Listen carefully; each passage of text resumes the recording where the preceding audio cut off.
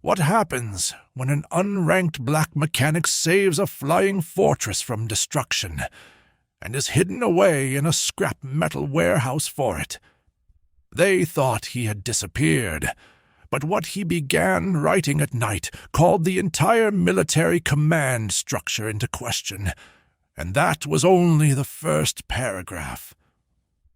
You ever seen a man try to act like he knows what he's doing, while standing in front of a machine built to tear through hell, and you just know he's about to embarrass himself in front of history?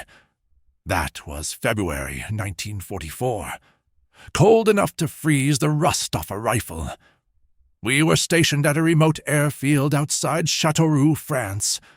The kind of place that looked like it hadn't seen sunlight or common sense in weeks.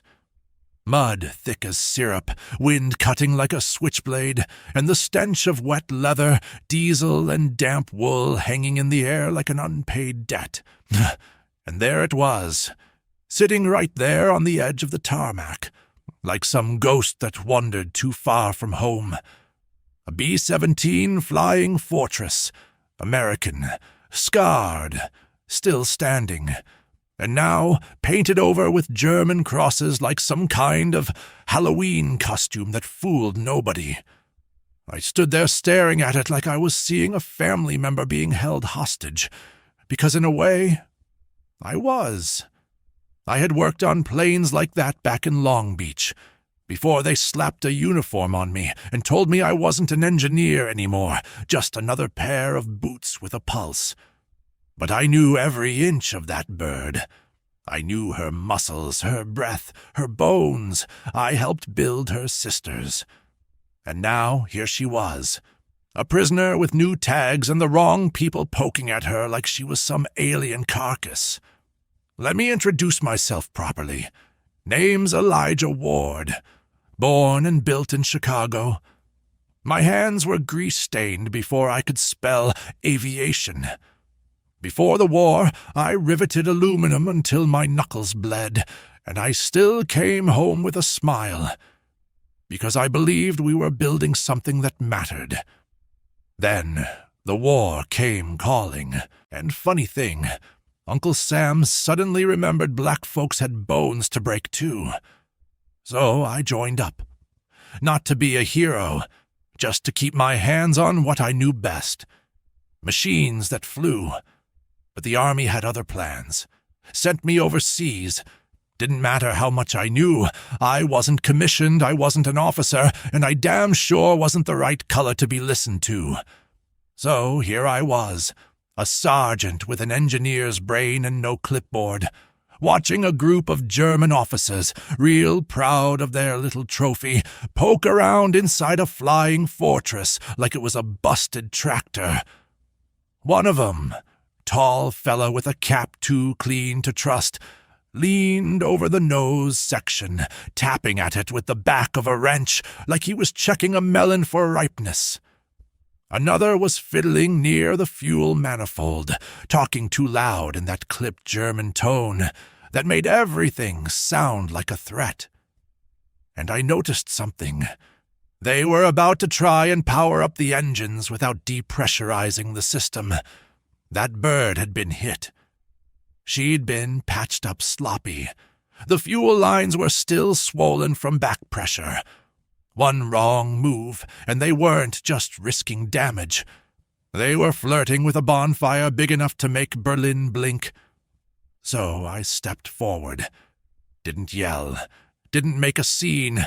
Just walked up like a man who knows what he's doing. "Hey," I said. "Calm. If you crank her like that, you'll blow the line straight through the side. You gotta relieve the pressure first." The air got real still for a moment. One of the techs froze with his hand on the ignition panel. The officer in charge turned slowly, looked me up and down like he'd stepped in something unpleasant. His voice came out like ice water down the back of your shirt. "Thank you. That will be all," he said, in polished English so tight it squeaked. I didn't move. "Sir, I'm telling you, it's not safe. You can't." He cut me off with a hand. "You are not authorized to advise. Return to your post." And that was it. Dismissed like I was asking for candy. I turned to leave, not because I agreed, but because I knew the look in that man's eye. The kind that didn't hear truth unless it came with epaulets and a pure complexion. As I walked off, I heard one of the other Germans laugh. Not loud, just a little snort, like he found the whole thing amusing. Another one muttered something I didn't catch, but judging by the smirk on his face, it wasn't exactly praise. That's the kind of thing you don't forget. Not because it hurt. I was used to being underestimated. Grew up in a world that taught me I had to be twice as sharp just to be noticed. But what burned was knowing they were about to learn the hard way, and I wasn't allowed to stop it. See, in the army, especially in war, there are two kinds of people. Those who look at machinery and see danger, and those who look at it and think they're the smartest person in the hangar. Guess which kind was holding the wrench? An hour later, I was leaning against a pile of fuel drums, watching through half-fogged goggles as the Germans tried to start her up. They didn't even post safety cordons. No spotter, no secondary crew, just raw confidence and a lot of arrogance wrapped in leather jackets. And then... But I'll stop here, because what happened next, that's the part no one saw coming. What came after this changed everything. You do not want to miss how it all unfolded. You ever watch a storm build up in silence? No lightning, no thunder, just pressure, slow and steady, like the world is holding its breath. That was the airfield that afternoon. Still, quiet, like even the birds didn't want to interrupt what was about to go wrong. I stood off to the side, just far enough to be invisible, just close enough to bear witness. The Germans were crowding around the B-17 like schoolboys daring each other to poke a sleeping dog. A couple of them had clipboards they weren't even looking at. One was already climbing into the pilot's seat, and another was gesturing toward the throttle like he had somewhere to be. I could see from their body language.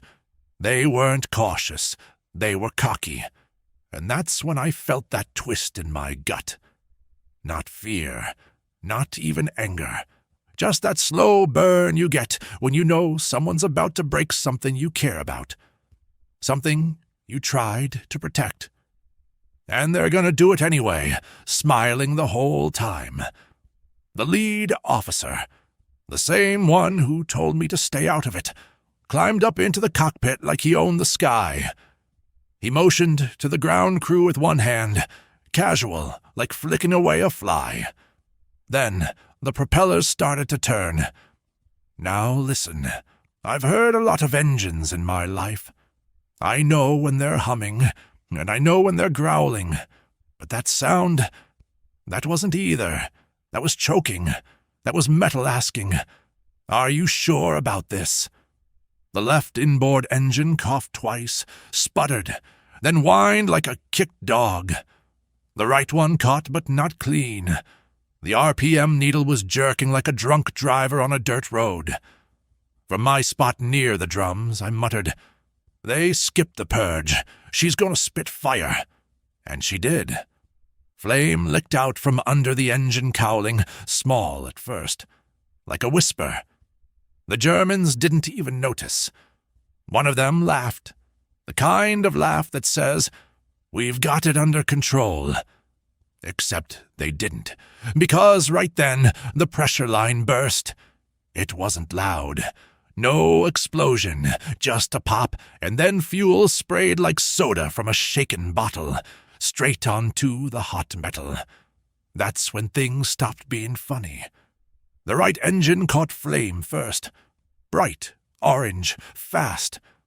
One of the ground crew shouted something in German I didn't catch, and the man in the cockpit yelled back. Still no real panic, just confusion, denial. But fire doesn't wait for decisions. The left side lit up next, and now smoke was pouring out like a locomotive, thick, dark, bitter. The kind that coats your teeth and tells you something's burning that shouldn't be. They scrambled.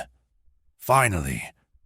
One tech tried to grab a fire hose, but it wasn't connected to the main pump. Another fumbled with the extinguisher, which hissed and died after 2 pathetic seconds. Someone screamed. Another tripped over the wheel chocks.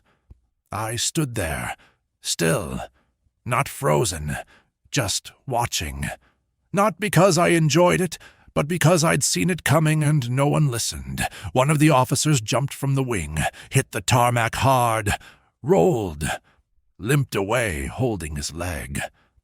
The man in the cockpit climbed out too late. The flames were licking the fuselage now, crawling toward the bomb bay like hungry dogs. Someone finally hit the alarm bell, and the whole base jolted like a body hit with cold water. Soldiers came running with buckets, blankets, even a shovel, like they were trying to put out an inferno with panic and good intentions. I stepped forward. Only one man noticed. A young mechanic, probably no older than 20, caught my eye as I walked toward the blaze. He didn't stop me. Maybe he saw something in my face. Maybe he just ran out of orders to follow. I went straight for the secondary valve panel under the belly, reached up through the smoke, blind, feeling for the lever I knew was there. The manual release for the auxiliary tanks. Found it, yanked it hard. You don't forget where things are when you've drilled them 100 times on a factory floor. The valve hissed open. Pressure dropped. The flames started to die down just slightly, like the plane herself was exhaling. 2 techs saw what I did and ran to help. No one shouted at me now. No one asked who gave me permission. But the damage was done. The engines were ruined. The cowling was scorched. And the officers? Well, let's just say their faces weren't as polished as their boots anymore. One of them, the tall one with the clean cap, stormed toward me, limping slightly. His uniform smelled like burnt oil and pride. "You interfered," he barked. "You had no orders to engage." I looked him straight in the eye. "You had no business starting her without knowing how she breathes," I said. He stared, jaw clenched so tight I could hear his teeth grinding. Then he turned and walked away. Didn't even ask my name. Later that night, I was called into the operations tent. Not by a German this time. By a Captain Reynolds, an American liaison officer who somehow ended up in this twisted little alliance. He was sipping cold coffee and looking tired of the world. "You were seen inside the perimeter," he said, without looking up. I was. "And you touched the aircraft." I did. Silence. Then he set the cup down and finally looked at me. "Reports say you shut off the secondary tanks, possibly prevented a full detonation." I shrugged. "I wasn't trying to be a hero, Captain. Just didn't want to watch her go up." He nodded. Not quite approval, but not punishment either. "There's going to be paperwork," he said. "Some people aren't happy. They never are." He gave a tired smile. "You know, Sergeant, it's funny. You're the only one who knew that plane inside and out. But you're not even supposed to be here." "Story of my life," I said. He laughed, just once, then dismissed me with a nod.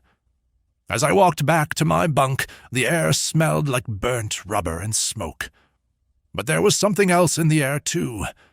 Not victory, not yet. But something like gravity shifting just a little, because now they knew. They knew I wasn't just some background noise in a uniform. I was a man who knew what he was doing, and I'd just saved their prize from becoming ash. This was the turning point. The real fire hadn't even started yet. And when it did, it wasn't going to be in the engines. There's a certain kind of silence that tells you trouble's on the way. Not shouting, not threats. Just that cold, quiet stretch of air where folks stop talking when you walk in. That's how it was the next morning. The mess tent, the machine shop, even the walk from the barracks to the command trailer.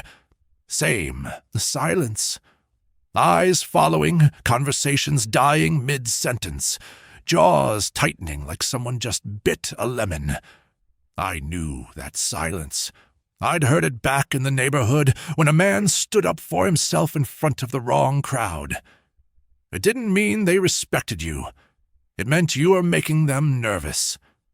Turns out, I had made the wrong folks nervous.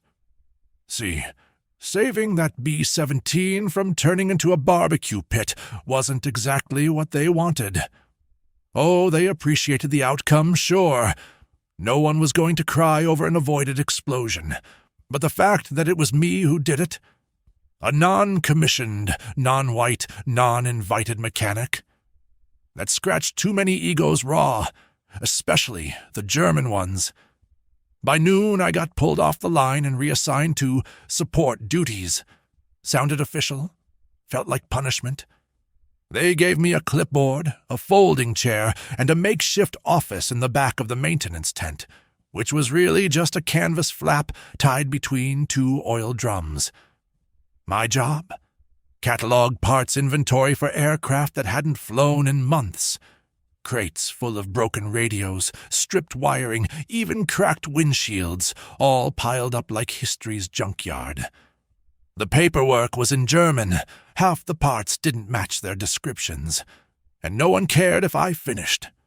I sat there for maybe an hour, staring at rusted bolts and scribbled tags, listening to the muffled coughs of planes being run wrong. Then something snapped. Not loud, not dramatic. Just that slow, steady shift inside, like a man deciding he's done waiting for permission.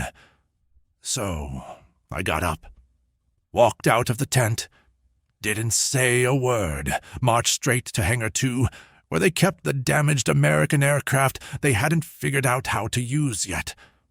That place was half storage, half graveyard, and that's where I found her again, the B-17, scorched, but still standing. They'd wheeled her into the hangar overnight. She looked rough.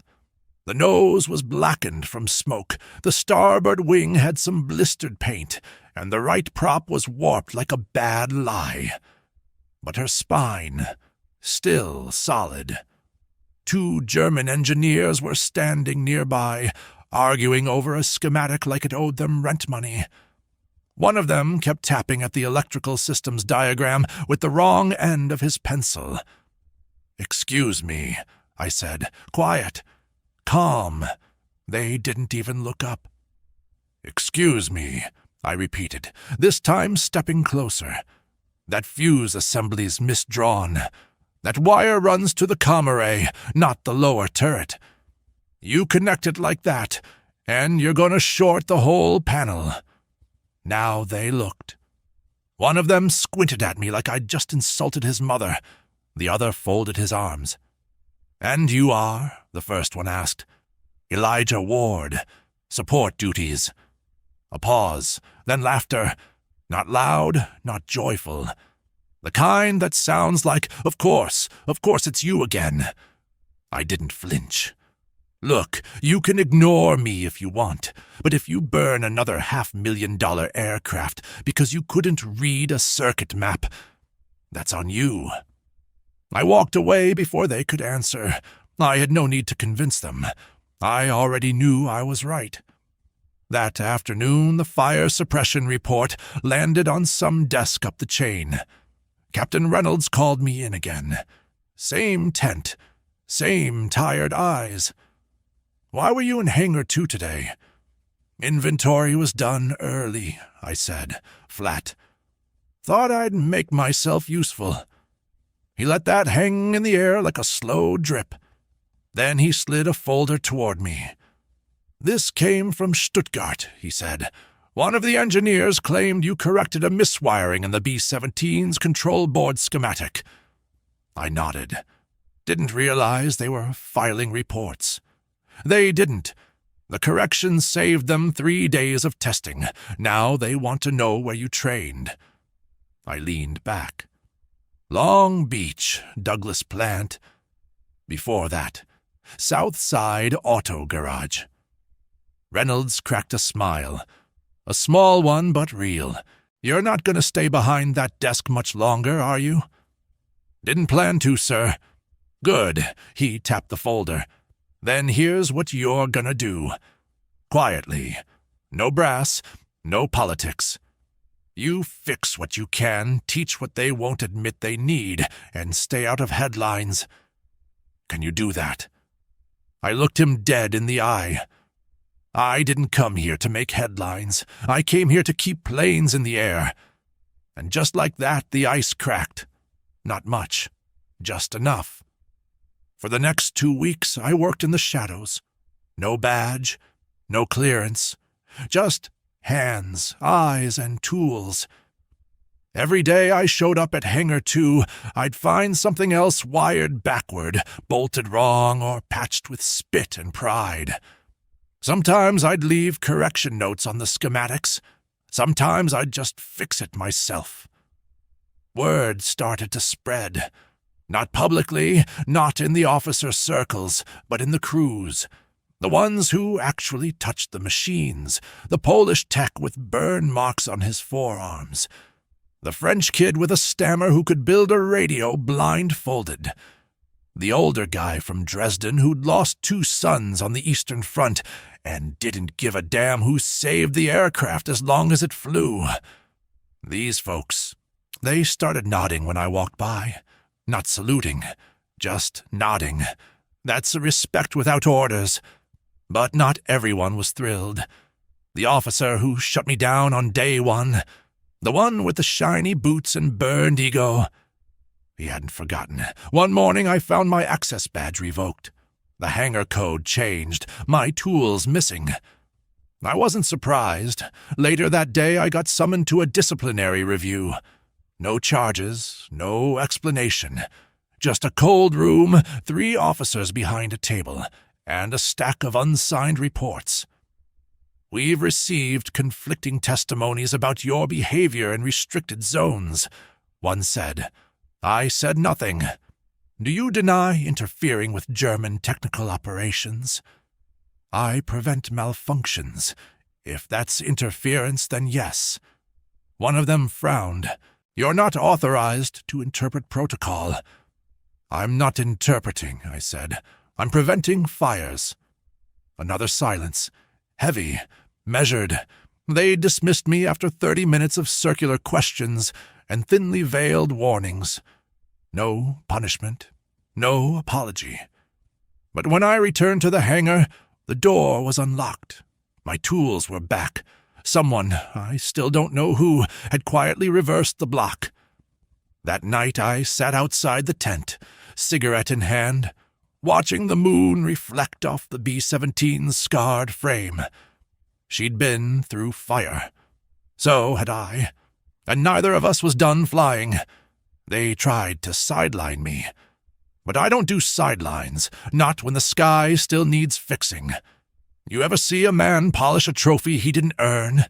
Stand there with his hands behind his back like he fought the sky and won, when all he did was show up after the real work was done? That's what the airfield became. A showcase. A parade ground for medals and photo ops.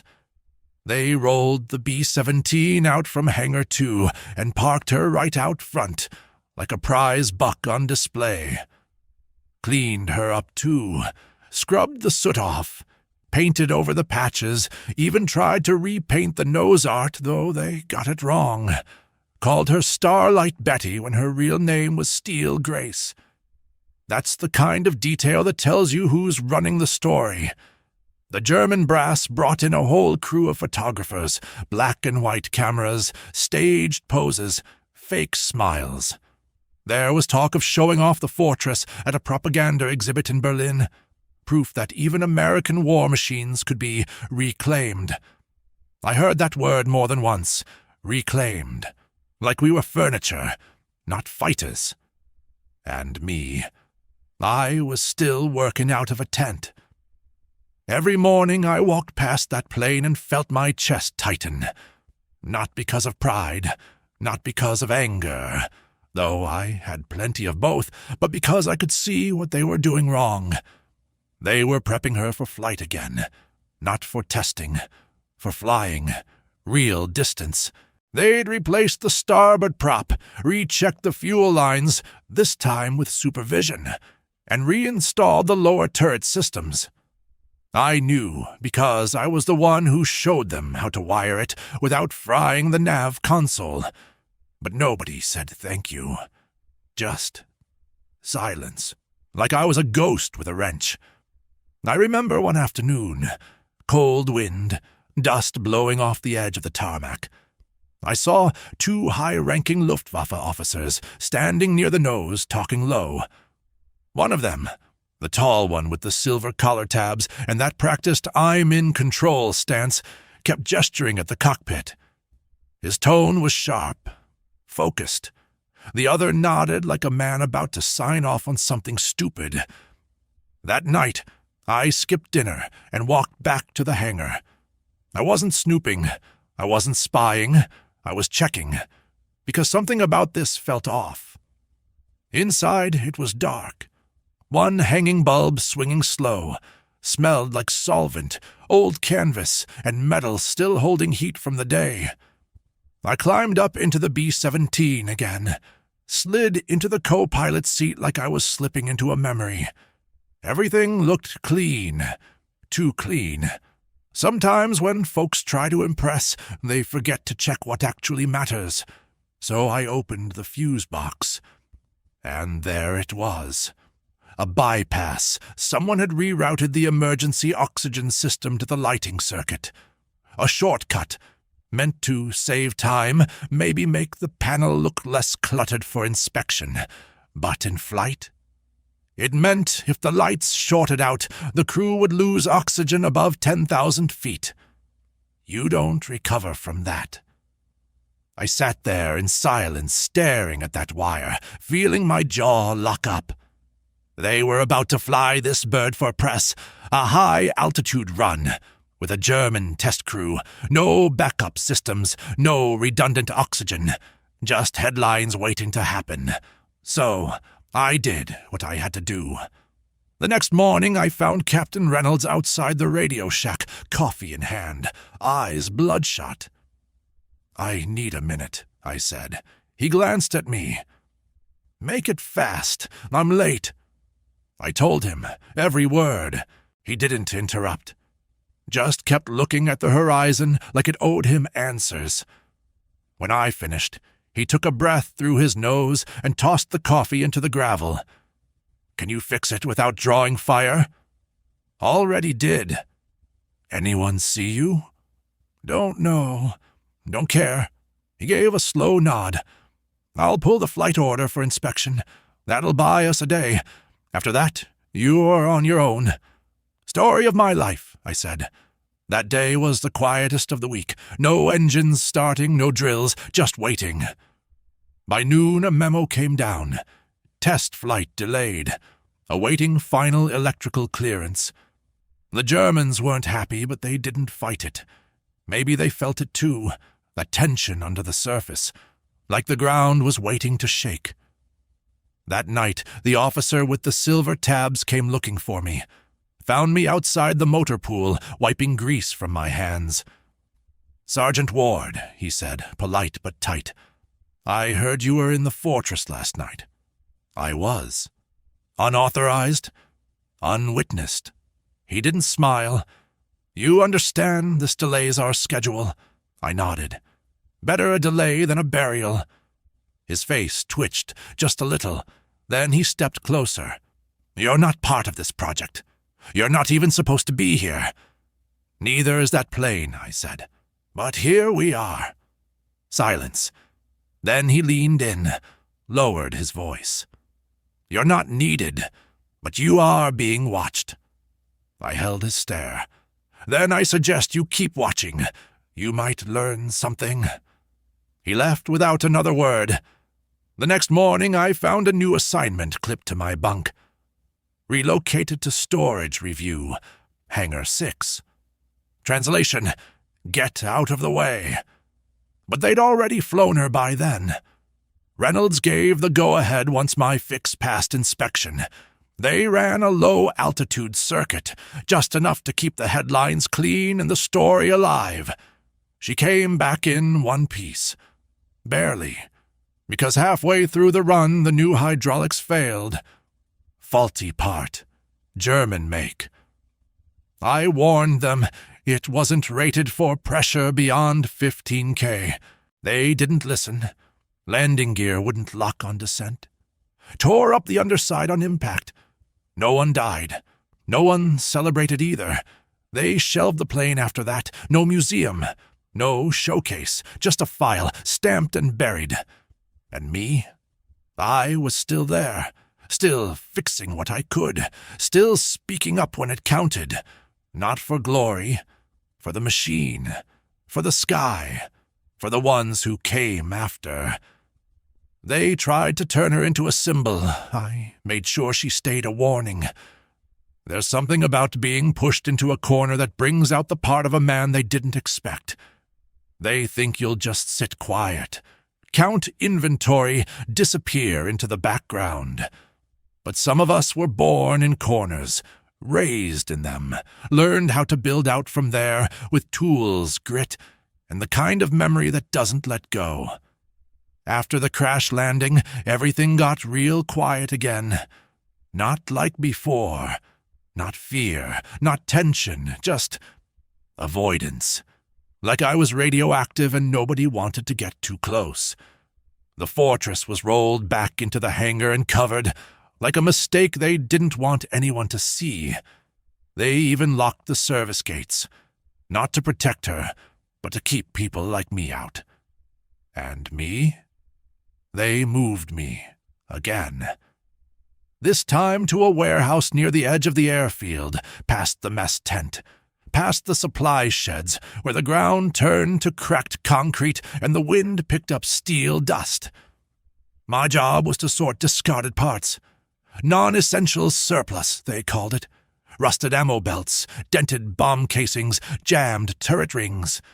Scrap wire that once powered radios carrying last words. They gave me a pencil and a ledger. No tools, no access, no name on any roster. Like I was never there. But here's the thing. I was. And I remembered. I started writing things down. Not just serial numbers. Stories. Notes. Dates. Who made the mistake? Who ignored the fix?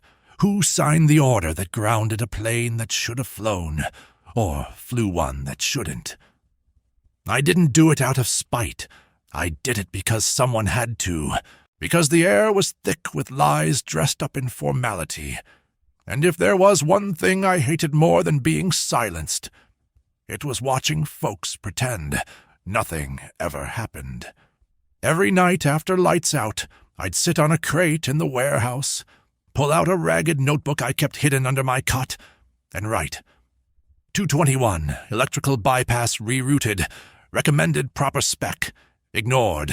Result, in-flight failure. 226, German engineer asked how to balance tail rudder. Didn't record correction. Later denied needing it. 33, photo op staged with Fortress. Engine number 3 still non-functional. Paint job concealed coolant leak. Truth, line by line. Quiet. Steady.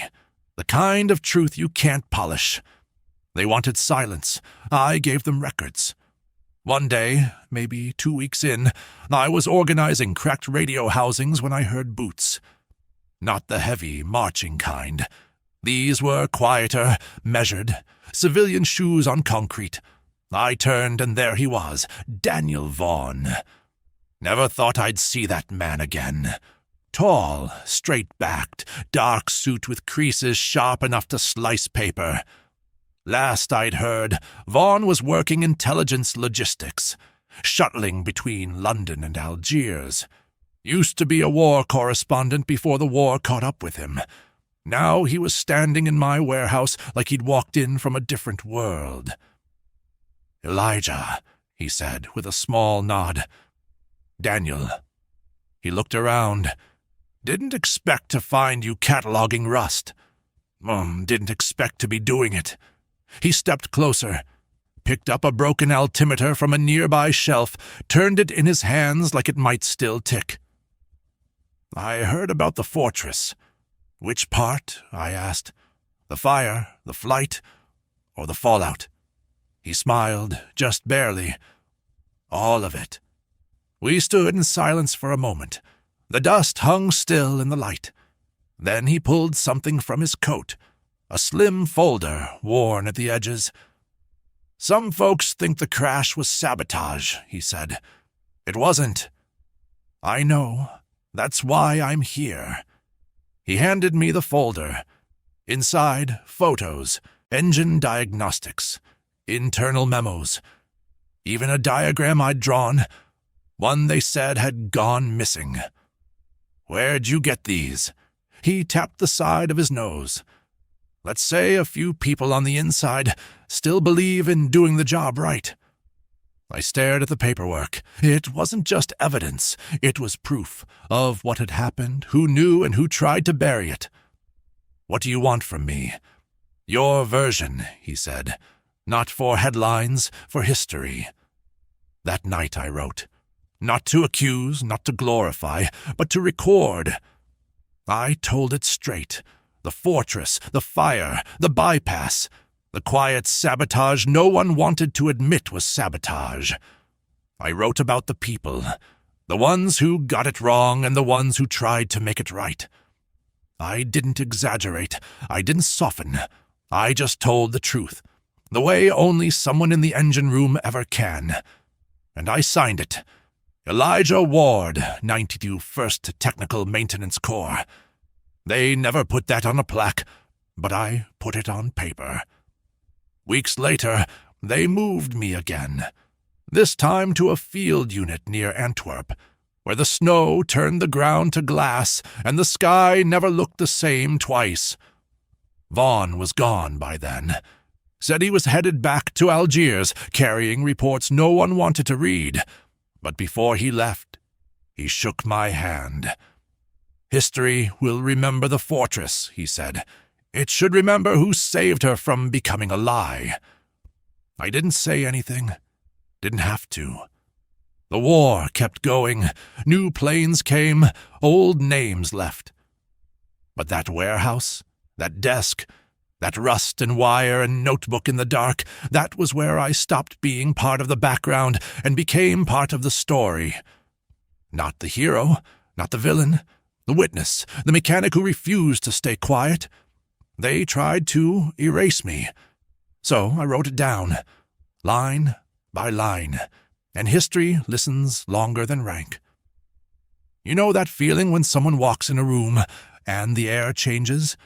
Not because they're loud, not because they're important, but because you know they're not there by accident. That's what it felt like the day I noticed him.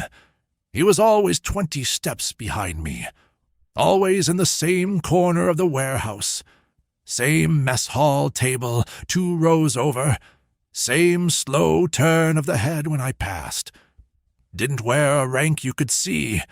Didn't carry a tool, but his boots were too clean and his notepad was too full. They had given me a shadow. It wasn't a surprise. I figured the moment Vaughn walked out with that folder and I turned in that report, someone somewhere had started paying more attention. But they didn't come at me with stripes and threats. No. They sent a quiet man with a sharp part in his hair and a pen that never stopped moving. So I gave him something to write. It started in Hangar 6. They'd assigned me to a side project, fixing a pair of gutted P-47s that had been stripped for parts and left in the back like forgotten promises. 2 birds.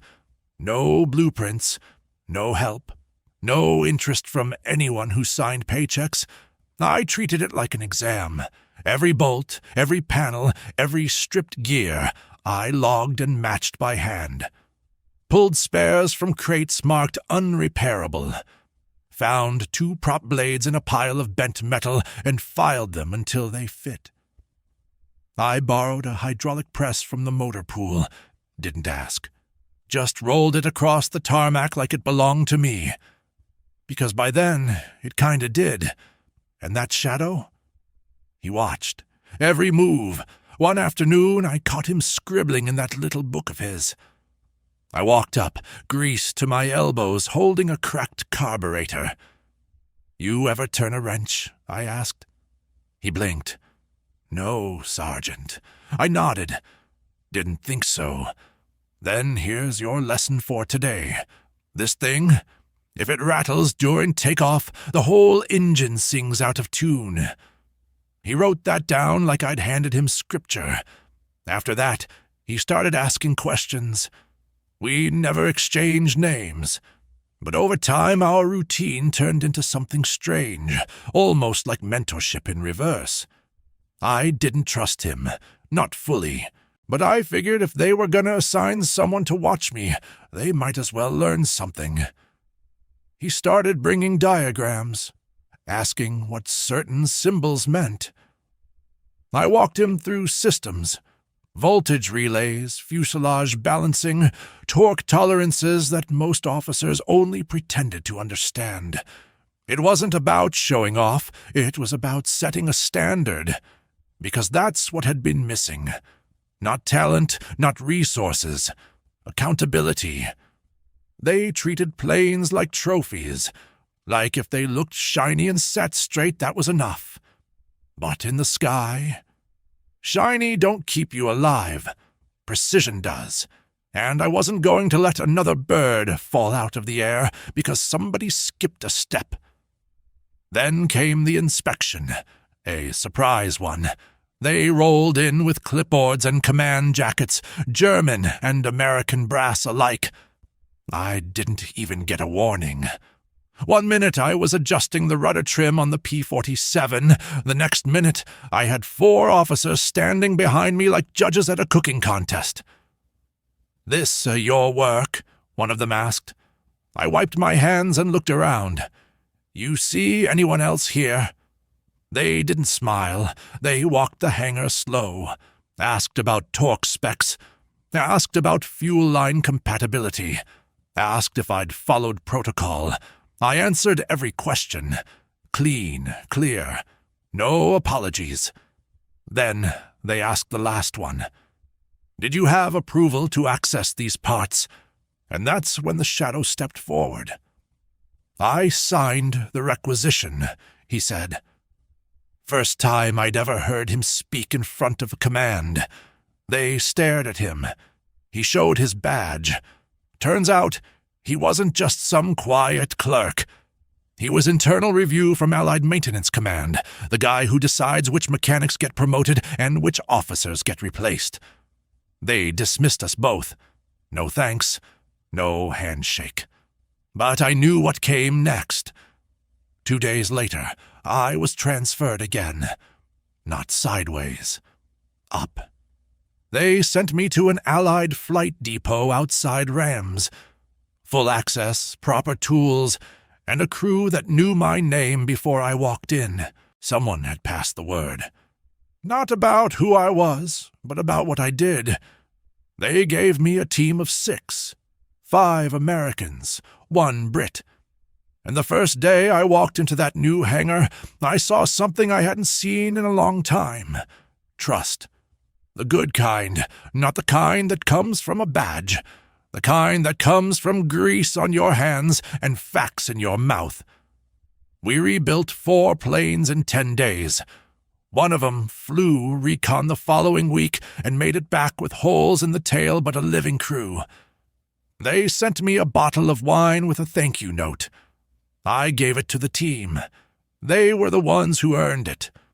Now listen, this ain't a story about revenge. It's not about proving somebody wrong. It's about proving the work right. There's a difference.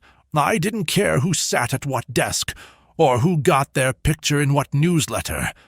I cared that the planes flew, that the bolts held, that the people inside came home.